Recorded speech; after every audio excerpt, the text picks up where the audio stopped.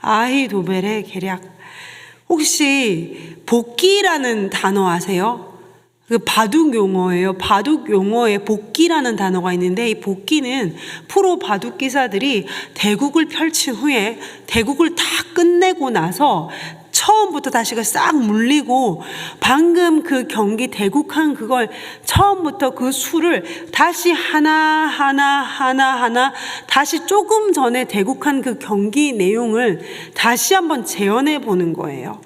방금 경기 그대로 이 바둑 기사들이 다시 한번 바둑돌을 놓음으로 방금 그 경기를 재현을 해보는 것입니다. 왜 그렇게 할까요? 보는 사람 좀 전에 놓친 거 있으면 다시 보라는 걸까요? 아니에요. 방금 그 대국을 재현함으로 해서 방금 내가 놓은 수에 어디에 실수가 있었지? 상대방이 어떤 수를 내가 읽지 못했나, 자기를 성찰하기 위해서 하는 것이 그 대국입니다.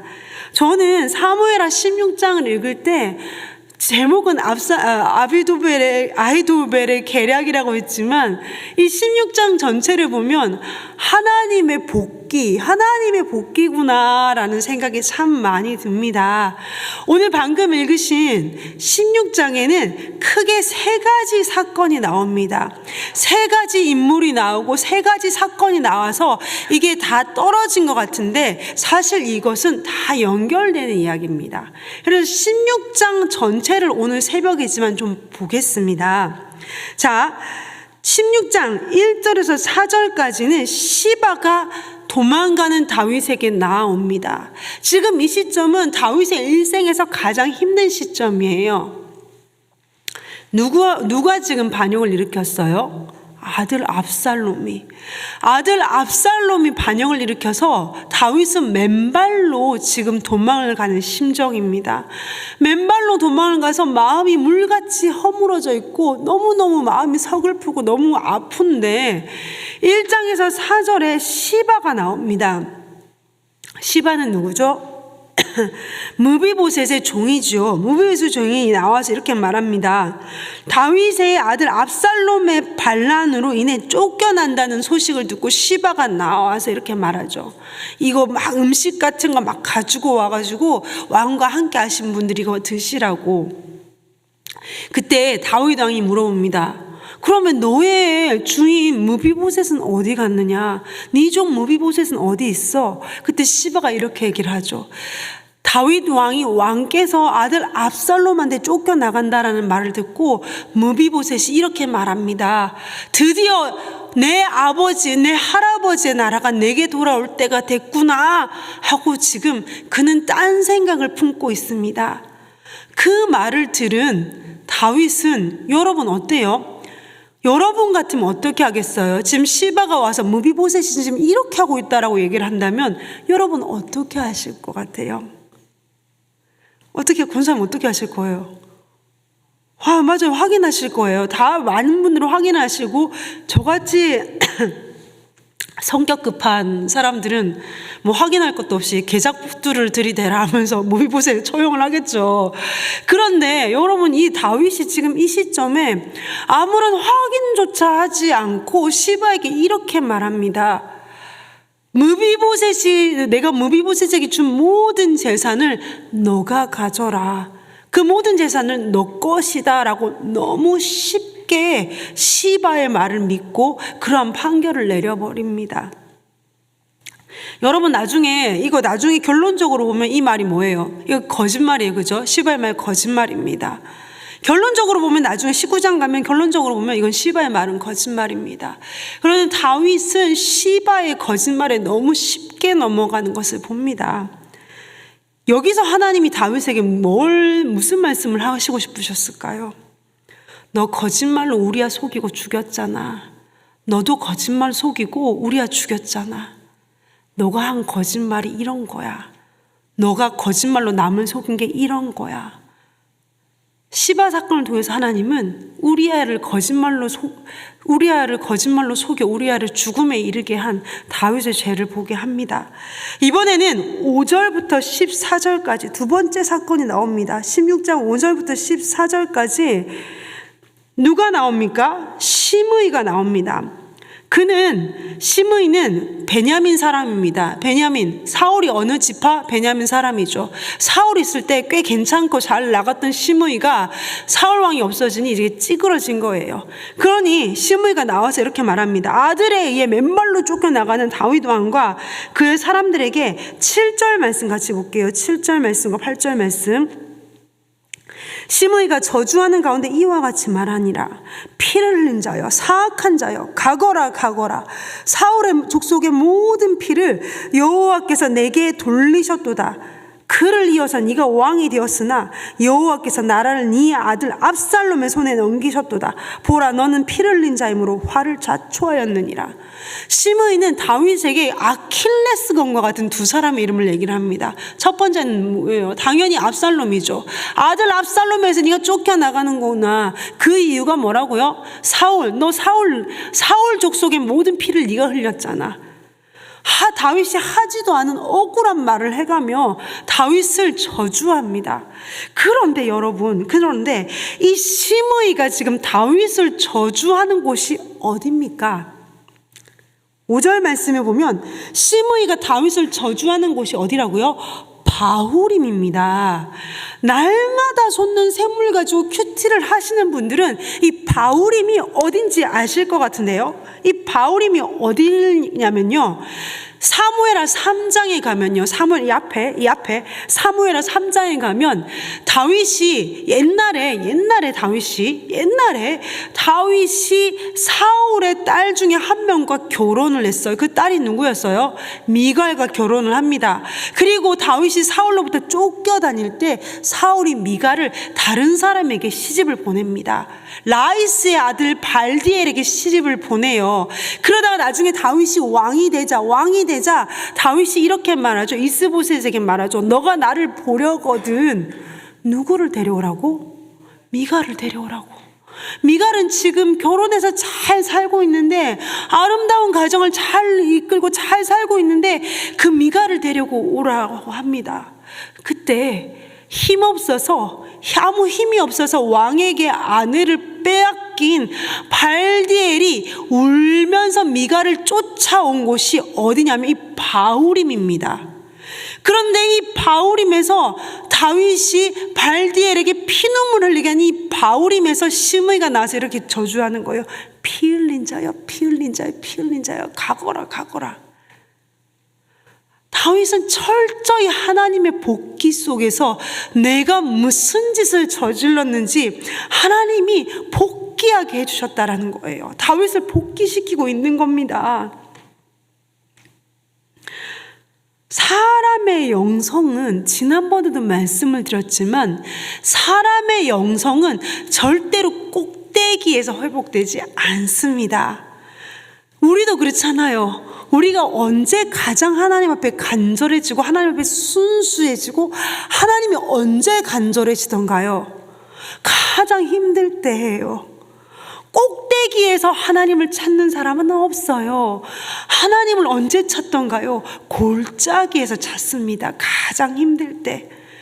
골짜기에서 이 다윗의 죽었던 영성이 왕의 호화로운 옷에 왕궁에 파묻혔던 다윗의 영성이 이 쫓겨가는 골짜기에서 다윗의 영성이 회복이 됩니다.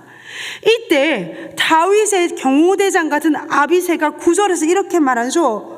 이 죽은 개가 어찌 내 왕을 저주하리이까? 청하건대 내가 건너가서 그의 머리를 베게 하소서 하니, 지금 다윗의 경호대장 아비새가 이거 별거 아닌 벼룩 같은 이 죽은 개 같은 것이 어찌 왕을 저주합니까? 그냥 가라고 말할 필요도 없고 그냥 저한테 눈짓만 한번 해주면 제가 가겠습니다라고 한 거예요. 아비새가 가서 시므이를 죽이겠다 이렇게 얘기를 하자 다윗이 이렇게 얘기를 합니다. 10절과 12절, 특히 12절 볼게요. 혹시 여호와께서 나의 원통함은 감찰하시리니 오늘 그 저주 때문에 여호와께서 선으로 내게 갚아주시리다 하고, 여러분, 다윗이 참 믿음의 선배로서 우리한테 보여주는 영성의 진수가 이거예요. 자기에게 지금 충분하게 저 사람을 해할 힘이 있고 복수할 힘이 있고, 그 사람이 지금 자기가 그 사람을 죽여 마땅한 저주를 했음에도 불구하고 이렇게 말하죠. 죽이지 마라. 가만두어라. 오늘 지금 내 몸에서 난 내 아들도 나를 죽이겠다고 하는데 하물며 이 베냐민 사람이겠느냐. 하나님이 저 사람으로 하여금, 하나님이 심의로 하여금 나를 저주하라고 한 거야. 저 사람이 지금 나를 저주하는 것은 저 사람이 아니라 하나님께서 저 사람이 나를 저주하게 하라 하신 거다. 왜? 다윗은 이 모든 것이 자기 죄 때문임을 알고 있었거든요. 하나님께서 저 사람을 허락하셔서 나를 저주하라고 했는데 왜 저 사람 입을 막으려고 해? 그냥 내버려도 혹시나 하나님께서 오늘 저 저주 때문에 나를 불쌍히 여겨주셔서 나를 용서해 주실 누가 아니? 하나님이 저 사람이 나한테 저주하는 그 저주에 내가 안갚음하지 않음으로 나를 불쌍히 여겨주시사 하나님이 내게 은혜 베풀어 주실 줄 누가 알겠느냐라고 대답한다라는 것입니다. 지금 다윗은 그곳에서 심의를 그의 심의의 죄대로 처리하지 않고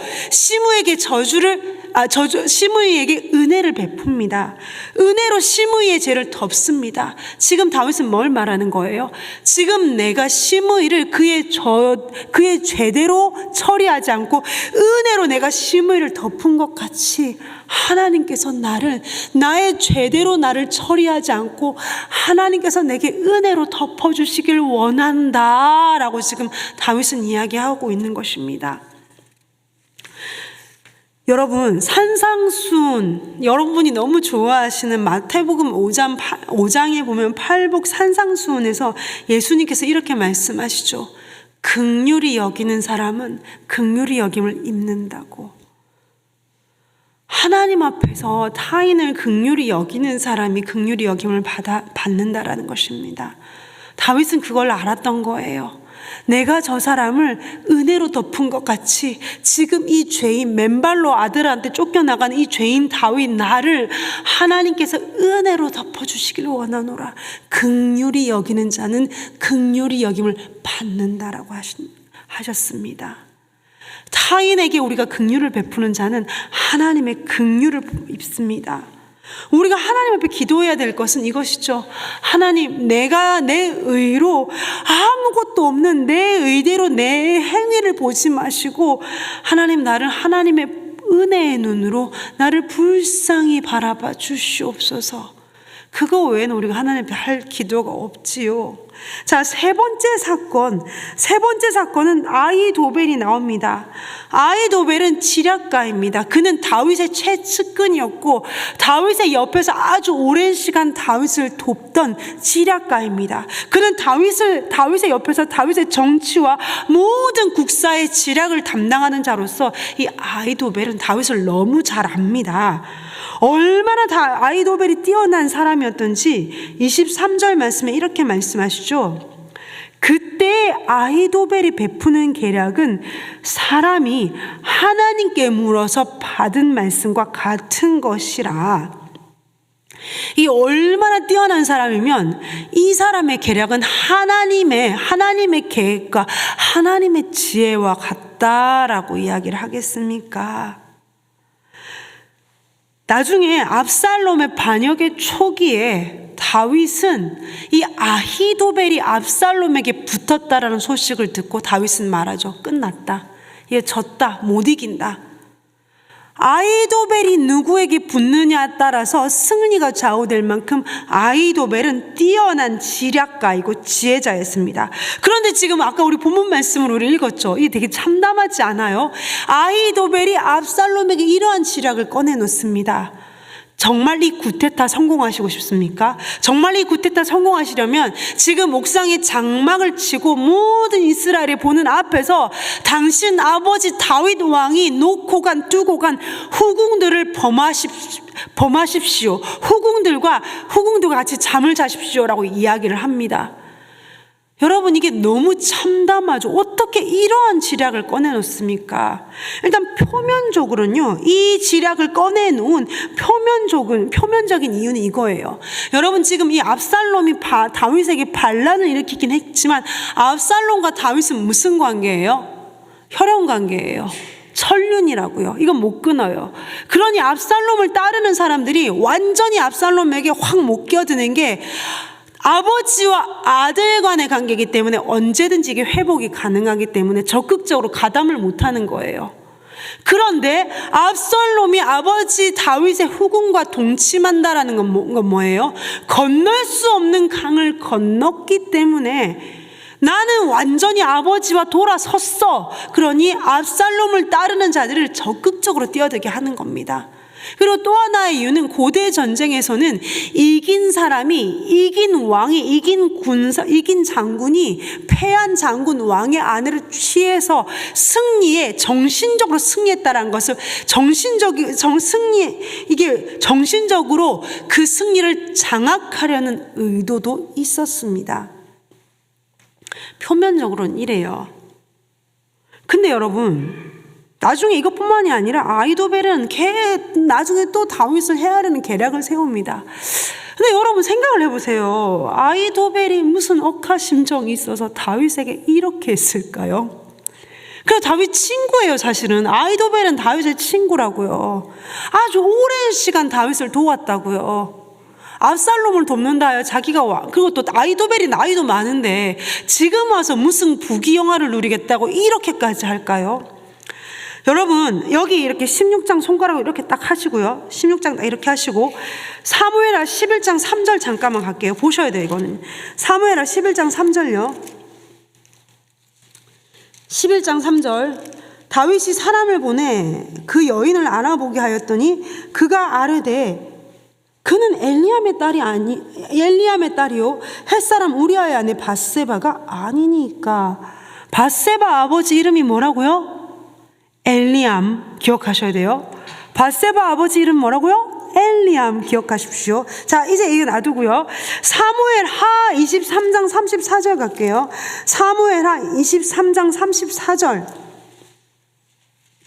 사무엘하 23장 34절 찾으셨죠? 자, 사무엘하 24장 34절 말씀. 마아가 사람의 손자 아히스베의 아들 엘리벨렉과 길로 사람 아히도벨의 아들 엘리암과. 여러분 어떻게 됐어요? 아히도벨의 아들 엘리암이래요. 엘리암은 누군데? 밧세바의 아버지인데, 그럼 밧세바는 누구의 손녀라는 거예요? 아히도벨의 손녀라는 거예요. 그러니 아히도벨의 입장에서 다윗은 누구예요? 손녀의 가정을 파괴한 가정 파괴범이라는 거예요. 손녀의 가정을 완전 박살을 내고 손녀 사위를 처참하게 죽게 한 나쁜 사람이에요. 그러니 아히도벨이 가슴속으로 칼을 갈고 있었던 거예요. 내가 지금은 가만히 있지만 때가 되면 너 처참하게 내가 망하게 한다. 아히도벨은 칼을 갈고 있었던 사람이에요. 무서운 사람이죠. 정말 무서운 사람이죠. 입 다물고 가만히 있다가 기회가 되니 다윗을 적극적으로 죽이려고 합니다. 그리고 여러분, 지금 이 다윗에게 아히도벨이 옥상에서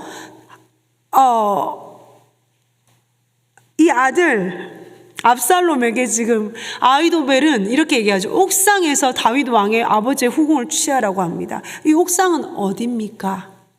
옥상이 어디예요? 다윗 왕이 등 따시고 배부를 때 그 옥상에서 누구를 봐요? 밧세바를 보고 음욕을 품었던 그 옥상이라는 것입니다. 여러분, 하나님은 이렇게 철저하게 다윗에게 복귀합니다. 너가 무슨 짓을 저질렀는지 알지?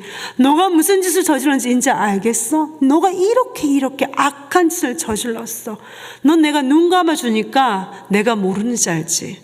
내가 가만히 있으니까 내가 너와 같은 줄 아느냐? 하나님은 철저히 다윗의 죄를 복귀하십니다. 밧세바 사건으로 하나님께서는 나단 선지자를 통해서 다윗에게 이렇게 말씀하셨죠. 너하고 밧세바 사이에 낳은 아들이 죽을 거다. 그 예언이 이루어졌어요. 칼이 네 집에서 떠나지 않을 거다. 그 예언도 이루어졌어요. 너는 은밀한 중에 행했지 나는 백주의 모든 사람들 앞에서 이것을 행할 것이다. 이 심판마저 이루어지더라는 것입니다. 여러분, 하나님 말씀 참 무섭습니다. 하나님 참 무섭습니다. 이럴 때 보면 우리는 당신은 사랑받기 위해 태어난 사람, 하나님 무조건 다 사랑으로 덮으시고 하나님 무조건 용서하시고, 아닙니다. 하나님이 무서우실 땐 참 무섭습니다. 여러분, 왜 이렇게 하나님은 다윗을 몰아붙이실까요? 딱 복귀하시면서 네가 왜 너 거짓말로 우리아 죽였지, 너 미갈의 가정 파탄냈지, 너 우리아 죽였지, 너 옥상에서 음욕 품었지. 왜 이렇게 하나님께서 다윗의 삶의 모든 삶에 바둑돌 두듯이 복귀를 시킬까요? 여러분, 이것이 하나님께서 다윗을 사랑하시는 방법이기 때문입니다. 하나님은 다윗을 너무 사랑하셨기에 다윗의 영혼을 멸망하는 걸 보지 못하시고 다윗의 영혼을 살리시려고 다윗의 삶의 복귀를 하고 계시는 겁니다. 하나님은 이 땅에서 다윗이 명예롭고 화려하게 사는 것보다 다윗의 영혼이 멸망하는 것을 하나님은 그걸 막기를 원하셨던 것입니다. 다윗의 영혼이 소중했던 것입니다. 하나님께서 말씀하셨죠. 인생 채찍과 사람 막대기로 내가 그를 인도하리라. 지금 철저히 다윗은 인생 채찍과 사람 막대기를 막고 있는 거예요. 여러분, 우리가 신문이나 어떤 소식을 들을 때 이러한 말을 할 때가 있습니다. 하나님 영광 가린다. 하나님 영광 가린다. 하나님도 그냥 이거는 들춰내지 마시지. 그냥 이거 좀 덮고 가시지. 이게 하나님 영광이 가려진다라고 우리는 그렇게 얘기를 합니다. 하나님은 하나님의 영광이 가려지시는 것보다 그 한 사람의 영혼을 소중히 여기기 때문에 하나님은 그 치부를 만방에 드러내십니다. 왜? 하나님은 그 한 사람이 소중하니까. 우리는 그 치부가 드러날 때 저 인간 망했네라고 생각하지만 사실은 하나님께서 그 치부를 드러내시는 사람은 하나님의 은혜가 있는 거고 하나님의 은총이 있는 사람이라는 것입니다. 왜? 하나님은 그걸 가림으로 그 사람이 멸망하는 걸 보기 원치 않으시기 때문에 그 치부를 드러내서라도 그 사람의 인생에 복귀를 시켜서라도 그 사람의 영혼으로 하여금 멸망 속에 빠져들어가지 않게 하신다라는 것입니다. 우리 삶 가운데 하나님이 굳이 드러낼 때가 있습니다. 하나님, 더 큰 죄 지은 사람을 가만 놔두시더니 굳이 내 이 신랄과 같은 이건 드러내십니다. 그거는 하나님이 나한테만 유독히 가혹해서가 아니라 하나님이 나를 유독 사랑하시기 때문입니다. 하나님이 우리 인생에 복귀를 행하실 때는 너 영혼 이러면 망해 썩어, 너 이러다가 썩어서 나하고 상관없는 자 되어 심판받아. 그 전에 돌이켜. 하나님이 복귀하신다라는 것입니다. 이것이 하나님이 다윗을 사랑하시는 방법이었다라는 것이에요. 그리고 또 한 가지, 여러분, 하나님의 영광은 우리 인간이 아무리 난리를 친다 하여도 하나님의 영광은 가려지는 영광이 아니에요. 그 영광이 어떠한 영광일진데 하늘을 발등상으로 삼으신다는 이 하늘을, 이 엄청난 우주 만물을 하늘을 하나님의 발등상 삼으신다는 하나님의 영광일진데 인간이 그 어떠한 실수를 하고 인간이 그 어떠한 죄를 짓는다 하여 하나님의 그 영광을 가리겠습니까? 반대로 우리가 아무리 깨끗하고 잘 산다 하고 우리 아무리 엄청난 업적과 치적을 벌린다 하여 하나님께 영광을 돌릴 수 있을 것 같습니까? 아닙니다. 그 영광이 어떤 영광일지인데 우리 인간이 감히 가리거나 우리 인간이 감히 영광을 돌릴 수 있겠습니까? 그 영광이 어떠한 영광일지인데 이 온 우주를 다스리시는 하나님의 영광입니다. 그 하나님께서, 그 영광의 하나님께서 인간의 몸을 입으시고 이 땅에 오셔서 우리를 위해 십자가에서 죽어주셨는데 얼마나 우리를 사랑하시면 하나님께서 그 영광을 뒤로 하시고 인간의 몸으로 이 땅에 오시고 십자가에 달려서 그분의 수치를 드러내셨겠습니까? 하나님은 이처럼 우리를 사랑하시기에 하나님은 우리의 인생 가운데 복기를 하십니다. 사람 채찍과 인생 막대기로 하나님은 우리 인생 가운데 복기하시는 하나님이십니다. 그리고 또 한 가지 여러분 여기서 우리가 기억해야 될 것은 아히도벨이란 이 사람 굉장히 하나님께서 특별한 지혜를 주셨지요. 하나님께서 누구에게 아무에게나 주지 아니하는 엄청난 지혜를 주셨습니다. 그럼 그 지혜로 그는 어떻게 살아야 돼요? 하나님을 기쁘시게 하고 하나님이 세운 이 다윗 왕을 돕고 사람을 살리고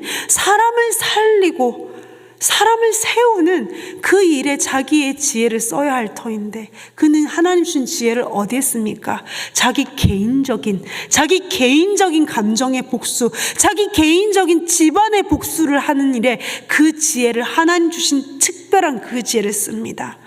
아히도벨의 마지막이 어떠한지 여러분 아시지요? 목매어 자결합니다. 하나님 주신 특별한 은혜가 있다면, 하나님 주신 특별한 지혜, 우리 모든 사람에게 그거 다 있어요. 사실 아무도 없는 사람 없어요. 남을 향한 긍휼한 마음 주신 분도 계시고요, 특별히 하나님에게 모든 사람에게 주신 게 있습니다. 이거 없은 사람 아무도 없어요. 특별한 음식 솜씨, 특별히 남을 사랑하는 마음, 특별한 긍휼한 마음, 특별히 상황을 판단하는 분별력, 하나님 주신 특별함을 우리 이거 어디에 써야 하겠습니까? 내 개인적인 목적을 위해 쓰면 아히도벨 꼴 나는 거예요. 그럼 어디에 써야 돼요? 사람을 살리는 일에, 사람을 세우는 일에, 하나님 기뻐하시는 일에 우리가 쓰임 받아야 하지요.